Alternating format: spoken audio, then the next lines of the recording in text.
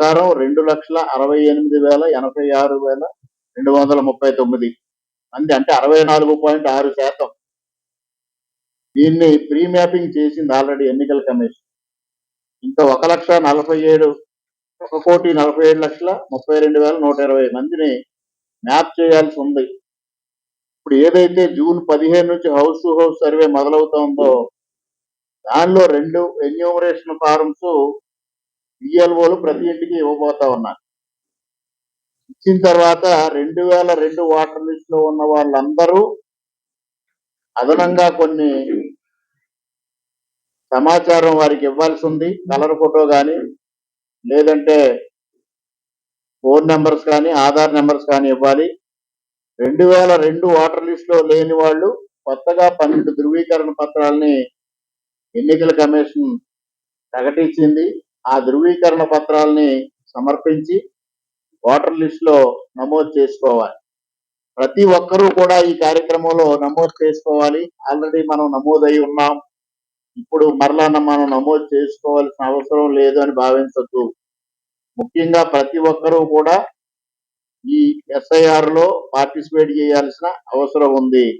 ఎవరైతే 4,16,18,359 మంది ఓటర్లు ఉన్నారో అందరూ కూడా ఇది సమర్పించాలి. ముఖ్యంగా కలర్ ఫోటోలు కానీ, ఆధార్ నంబర్లు కానీ, ఫోన్ నెంబర్లు కానీ ఇవన్నీ సమర్పించుకోవాలని కూడా ఈ సందర్భంగా అందరికీ విజ్ఞప్తి చేస్తా ఉన్నా.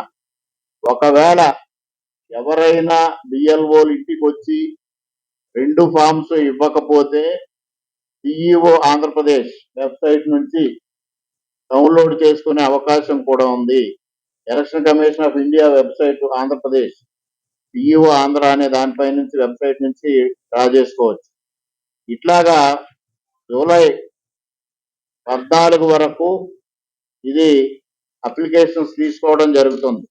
మీకు ఇచ్చిన 2 ఎన్యూమరేషన్ ఫారమ్స్ లో ఒకటి బిఎల్ఓ తీసుకొని రెండో దానిపైన ఎకనాలెడ్జ్మెంట్ చేసి మరలా వెనక్కిస్తారు. జూలై 21న ముసాయిదా ఓటర్ల జాబితా ప్రకటన చేయడం జరుగుతోంది. జూలై 21 నుంచి ఆగస్టు 20 వరకు దానిపైన ఏమైనా అభ్యంతరాలు ఉంటే ఆ అభ్యంతరాలని స్వీకరిస్తారు. Final publication of voter list September 22ని ప్రకటించడం జరుగుతూ ఉంది. ఈ డ్రాఫ్ట్ పబ్లికేషన్ రిలీజ్ అయిన తర్వాత ఇవాళ భారతీయ జనతా పార్టీ తరఫున బిఎల్ఏలుగా ఎవరైతే ఉన్నారో బిఎల్ఏ 2లుగా, అంటే ప్రతి బూత్ కి ఒక బిఎల్ఏ 2ని అపాయింట్ చేస్తాం. వారందరూ అతి జాగ్రత్తగా ఈ లిస్ట్ వెరిఫికేషన్ చేసి అభ్యంతరాలు ఉంటే వాటిని ఎన్నికల కమిషన్ దృష్టికి తీసుకెళ్ళాలి. అదేవిధంగా ఈసీఐ ఆంధ్ర నెట్ లో ఇప్పుడు మనకు అవసరమైతే ఏ బూత్ కి ఎవరు బిఎల్ఓగా వ్యవహరిస్తా ఉన్నారో వారి ఫోన్ నెంబర్తో సైతంగా మనకి అందుబాటులో ఉంటాయి. అన్నిటికన్నా ముఖ్యమైనది, అనేక మంది దీంట్లో కొన్ని డౌట్స్ ఎక్స్ప్రెస్ చేస్తా ఉన్నారు. ఎక్కడైనా బయట ప్రాంతాల్లో ఉద్యోగం చేసుకుంటున్న వాళ్ళు, ఇతర దేశాల్లో ఉద్యోగం చేసుకుంటున్న వాళ్ళు, వారు ఇక్కడ ఓటర్గా నమోదు కావచ్చా లేదా అనేది. ఇక్కడ నమోదు కావచ్చు తప్పనిసరిగా. దానికి వారు ఉండాల్సిన పని కూడా లేదు. వారి కుటుంబ సభ్యులు కానీ, వారి బంధువులు కానీ, వారి తల్లిదండ్రులు కానీ వారు ఉండి వారు ఎన్యూమరేషన్ ఫారం ఫిల్ చేసి ఇవ్వచ్చు. వారు సమాచార సేకరణ కోసం వచ్చినప్పుడు తప్పనిసరిగా వారి కుటుంబ సభ్యులు సమాచారాన్ని అందివ్వచ్చు. తద్వారా ఓటర్గా నమోదు అవ్వాలి. కానీ వారు వలసదారులు అయితే 2 చోట్ల ఓటు ఉండకూడదు. భారతదేశంలో ఎక్కడో ఒక చోట మాత్రమే ఓటు ఉండాలి. ఇక్కడ ఓటు ఉంటే ఇంక వేరే రాష్ట్రంలో కానీ వేరే చోట కానీ ఎక్కడ ఓటు ఉండడానికి వీలు లేదు. అది మాత్రం తప్పనిసరిగా ప్రతి ఒక్కరూ ఆలోచన చేయాల్సిన అవసరం ఉంది. ఇది మొదటగా దీనికోసం చాలా చర్చ జరిగింది. అనేక మంది సంశయాలు వ్యక్తం చేశారు.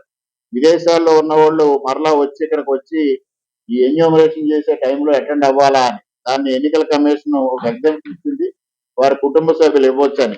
ఇక భారతీయ జనతా పార్టీ విషయానికి వస్తే ఇప్పటి వరకు వెరిఫికేషన్ 175 బిఎల్ఏ 1 కంప్లీట్ చేసుకున్నాం.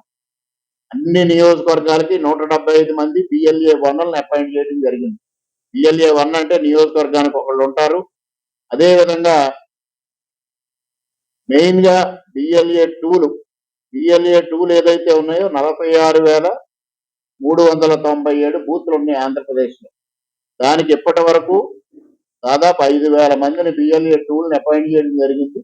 ఈ లోపుగా మిగిలిన అందరినీ కూడా కంప్లీట్ చేసుకొని మనం ఒక సమగ్రమైన పద్ధతిలో ఈ ఎస్ఐఆర్ లో భారతీయ జనతా పార్టీ కార్యకర్తలందరూ పాల్గొనడం జరుగుతుంది.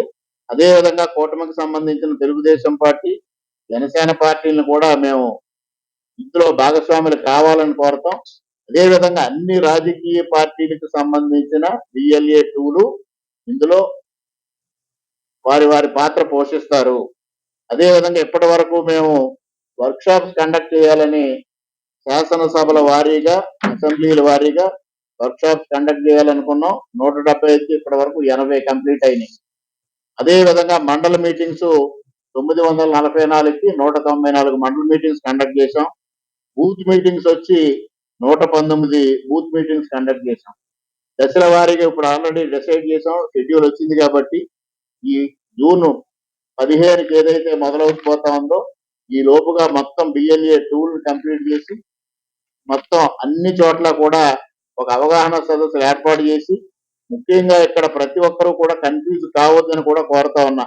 మొత్తంగా 4,16,18,359 మంది వాటర్లు ఉంటే 2,68,86,239 మంది ప్రీ మ్యాపింగ్ అయ్యారు.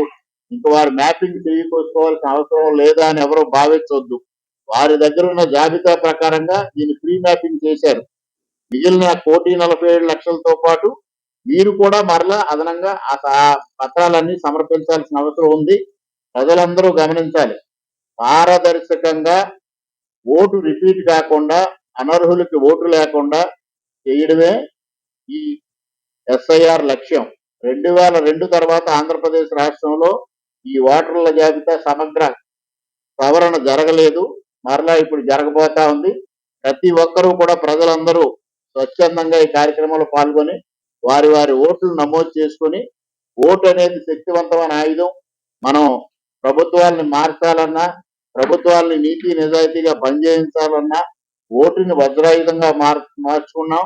ఆ వజ్రాయుధాన్ని మీ చేతిలో ఉంచుకోవాలి అంటే తప్పనిసరిగా ఈ ఎస్ఐఆర్ కార్యక్రమంలో మీ ఓటు నమోదు చేసుకోమని ప్రజలందరినీ భారతీయ జనతా పార్టీ తరఫున కోరుకుంటూ సెలవు. అంటే సుప్రీంకోర్టుకి వెళ్ళారు రాహుల్ గాంధీ గారు.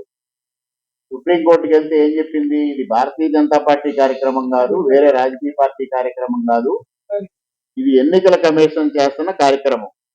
ఎన్నికల కమిషన్ చేస్తుంది, స్వతంత్రంగా ఎన్నికల కమిషన్ చేయనివ్వండి, దీంట్లో ఎవరో అభ్యంతరాలు పెట్టవద్దు అని స్పష్టంగా సుప్రీంకోర్టు చెప్పింది. సుప్రీంకోర్టు చెప్పిన తర్వాత కూడా ఇది భారతీయ జనతా పార్టీ కార్యక్రమం లేదా కాంగ్రెస్ పార్టీ కార్యక్రమం, తెలుగుదేశం కార్యక్రమం అని ఆలోచన చేయడం అవివేకం. రాహుల్ గాంధీ గారు బెంగాల్ ఎన్నికల ముందు రకరకాల మాటలు మాట్లాడారు ఎస్ఐఆర్ గురించి. అదేవిధంగా టీఎంకే స్టాలిన్ గారు మాట్లాడారు. ఏమయ్యారు వాళ్ళిద్దరూ? గాలిలో కలిసిపోయిన పరిస్థితి. ప్రజలు తిరస్కరించారు. ఓట్లు తీసేసినంత మాత్రాన ఒకవేళ నిజంగా బెంగాల్లో ఓట్లు తొలగించేసి ఉంటే, ఓట్లు తొలగించారు, 90 లక్షలు తొలగించారు, అనర్హులు ఓట్లు తొలగించారు. ఎక్కడైతే పక్క దేశం నుంచి, బంగ్లాదేశ్ నుంచి వచ్చి చొరబాటుదారులుగా ఉండి ఇక్కడ వ్యవహరిస్తా ఉన్నారు వాళ్ళు ఓట్లు తొలగించారు. ఒకవేళ నిజంగా భారతీయ జనతా పార్టీ ఓట్లే ఉంచి మిగిలిన రాజకీయ పార్టీ ఓట్లు ఉంచుంటే ప్రజల్లో కొంత వ్యతిరేకత వచ్చి భారతీయ జనతా పార్టీ బెంగాల్లో ఓడిపోయి ఉండేది. ఇవాళ బెంగాల్లో అనూహ్యంగా అద్భుతమైన విజయం సాధించింది అంటే ప్రజలు పట్టం కట్టారు, పట్టాభిషేకం చేశారు. అది అర్థం చేసుకోవాలి. బెంగాల్ ఎన్నికలైన తర్వాత రాహుల్ గాంధీ గారి నోరు కూడా మూతపడింది అనేది ఈ సందర్భంగా మిత్రులందరూ గమనించమని కోరుతా ఉన్నా. అంటే బిఎల్ఓ ఏ ఇంటికైనా వెళ్ళినప్పుడు రాజకీయ పార్టీ ప్రతినిధులు ఎవరైతే బిఎల్ఏ టూలుగా ఉన్నారో, ఇప్పుడు మన రాష్ట్రమే తీసుకోండి, భారతీయ జనతా పార్టీ నుంచి ఒక బిఎల్ఏ టూ ఉంటారు, తెలుగుదేశం పార్టీ తరఫున ఒక బిఎల్ఏ ఉంటారు, అదేవిధంగా జనసేన తరఫున ఉంటారు, కాంగ్రెస్ తరఫున ఉంటారు, ఇంకా ఏమైనా రాజకీయ పార్టీలు ఉంటే వైసీపీ తరఫున ఉంటారు, అందరూ ఉంటారు. వీరందరూ ఏంటంటే సరిగా ఎన్యూమరేషన్ జరుగుతుందా లేదా, ఒకవేళ ఎవరైనా కొంతమంది వాటర్స్ బిఎల్ఓలు కలవడం లేదా, కలవకపోతే వారి ఎన్యూమరేషన్ పత్రాలు అన్ని తీసుకుని సమర్పించాలి. ఎన్యూమరేషన్ పూర్తయిన తర్వాత డ్రాఫ్ట్ పబ్లికేషన్ వచ్చిన తర్వాత దాని మీద అభ్యంతరాలు కానీ సేకరించేటప్పుడు వీరు దగ్గరుండి ఆ కార్యక్రమం నిర్వహించి సక్రమంగా విచారణ జరిగి అర్హులైన ఓటర్లందరికీ ఓటు వచ్చేలాగా, అనర్హులను తొలగించేలాగా వారు కృషి చేయాలి. ఈ ఎన్నికల కమిషన్ ప్రక్రియ అండి. బిఎల్ఓ అంటే అంగన్వాడీ టీచర్స్ ఉంటారు, టీచర్స్ ఉంటారు, విఆర్ఓలు ఉంటారు. సాధారణంగా వారికి సంపూర్ణమైన అవగాహన ఉండదు. అందువల్ల బిఎల్ఏలు కూడా సంపూర్ణమైన అవగాహన ఉంటే వారిని గైడ్ చేయడానికి కానీ, ఒకవేళ వారు తప్పు చేస్తుంటే ఈఆర్ఓ దృష్టికి కానీ, డిస్ట్రిక్ట్ ఎలక్షన్ కమిషన్ కానీ, లేదంటే రాష్ట్ర ఎలక్షన్ కమిషన్ కానీ, అంటే state election commission of India అట్లాగా ఫిర్యాదు చేసి సక్రమంగా జరిగేటట్టు రాజకీయ పార్టీల ప్రతినిధులు చూడాల్సిన అవసరం ఉంది. జూన్ 15 1 మంత్ అండి, జూలై 14 వరకు ఎవరైనా నమోదు కావాలి.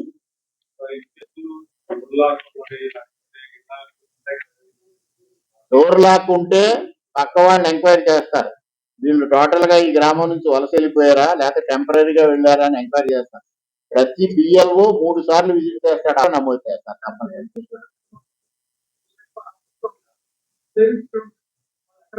ఉద్యోగాలు చేస్తున్నా, ఎక్కడైనా హాస్టల్స్ లో ఉన్నా, వాళ్ళు ఓటుకి అర్హులైతే వాళ్ళ తల్లిదండ్రులు కానీ, కుటుంబ సభ్యులు కానీ నమోదు చేయొచ్చు.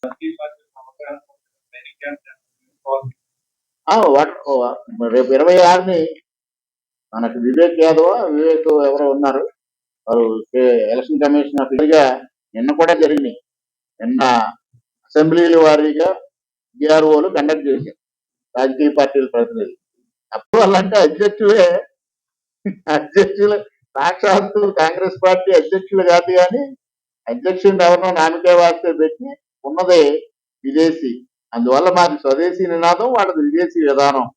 ఇంకా వారు దేశాన్ని అమ్మేస్తున్నారు ఇంకోటి అని మాట్లాడితే చావు తప్పి కన్నులొట్టబోయిన పరిస్థితి. ఇవాళ ఎక్కడా పట్టుమని 10 సీట్లు గెలిచిన పరిస్థితి లేదు కాంగ్రెస్ పార్టీ, ఒక కేరళ తప్పించి. అటువంటి పరిస్థితిలో ఇవాళ పరిమితం అయిపోయింది, కొన్ని రాష్ట్రాలకు మాత్రమే పరిమితం అయిపోయి ప్రాంతీయ పార్టీల కన్నా అధ్వానంగా తయారైపోయింది. ఓట్లు తీసుకుంటే దేశవ్యాప్తంగా కాంగ్రెస్ పార్టీకి వచ్చిన ఓట్లు తీసుకుంటే ఇవాళ కొన్ని ప్రాంతీయ పార్టీల కన్నా తక్కువ ఓట్లు వచ్చిన పరిస్థితి ఉంది. అటువంటి పరిస్థితిలో ఇంక వారి మాటకు విలువ ఉంటుంది. వారు